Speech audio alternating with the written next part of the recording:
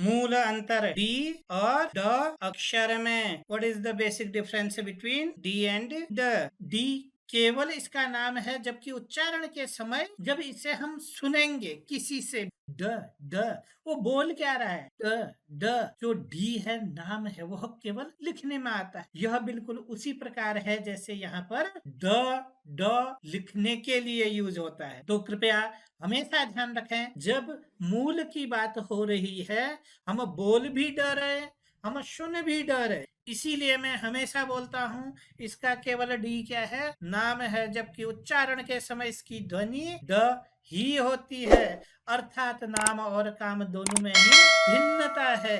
ड न केवल इसका नाम है, बल्कि उच्चारण के समय इसकी ध्वनि भी ड ही होती है। अर्थात जैसा नाम वैसा काम, कि मूल रूप में ये हलंत रूप है इसका व्यंजन माला पे हमारे। जब इस पे अ जोड़ देते हैं ये ड हो जाता है, ड हमने बना दिया इस। जबकि ये लिखते समय तो पूर्ण रूप का प्रयोग करते हैं, जैसे ड म रू, लेकिन बोलते और पढ़ते समय हलंत रूप का यूज होता है।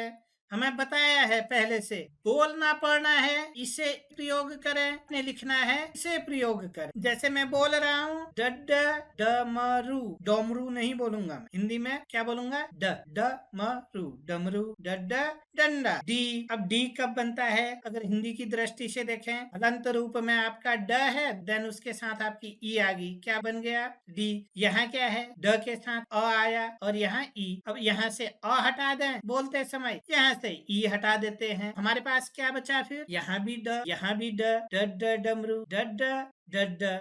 यदि हम बच्चों को बताएं कि यह क्या है? डी है, तो तर्क कहता है जैसे ये ड म रू है, ये भी तो डी ऑग है, इसे मैंने क्या पढ़ना चाहिए? डी ऑग। क्यों नहीं पढ़ता मैं डी ऑग? क्यों? यदि हमने पूछा क्यों, तो हमारे समझ में यह आने लगेंगे। हिंदी के यदि अक्षरों को हम देखें व्यंजन माला में, क से लेके ज्ञ तक क्या है? सारे लेटर्स, सारे अक्षर फॉलोड बाई उनके साथ क्या आता है? अ। जैसे ड है, अ आ गया, क्या हो गया? ड।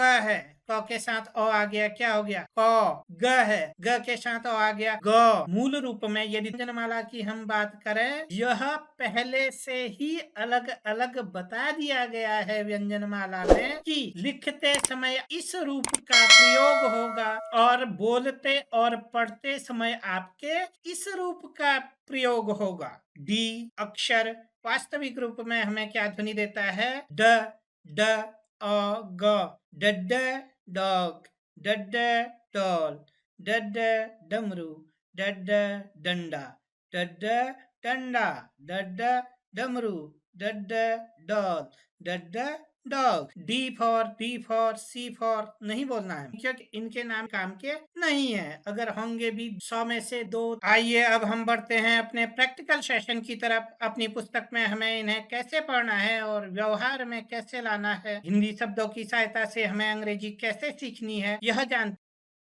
डड डड, जैसे ड डमरू डंडा, डड डमरू, डड डक, डड डॉग, डड डॉल, डड डंडा, डड ड्रम, डड डब्बा, डड डॉल्फिन, डड ड्रैगन, डड डोर, डड डाली, डड डियर।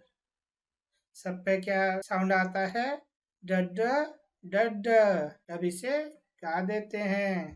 डड डमरू, डड डक, डड डॉग होता है, डड डॉल, डड डंडा, डड ड्रम होता है, डड डब्बा, डड डॉल्फिन, डड ड्रैगन होता है, डड डोर, डड डाली, डड डियर होती है। साउंड आता है डड डड।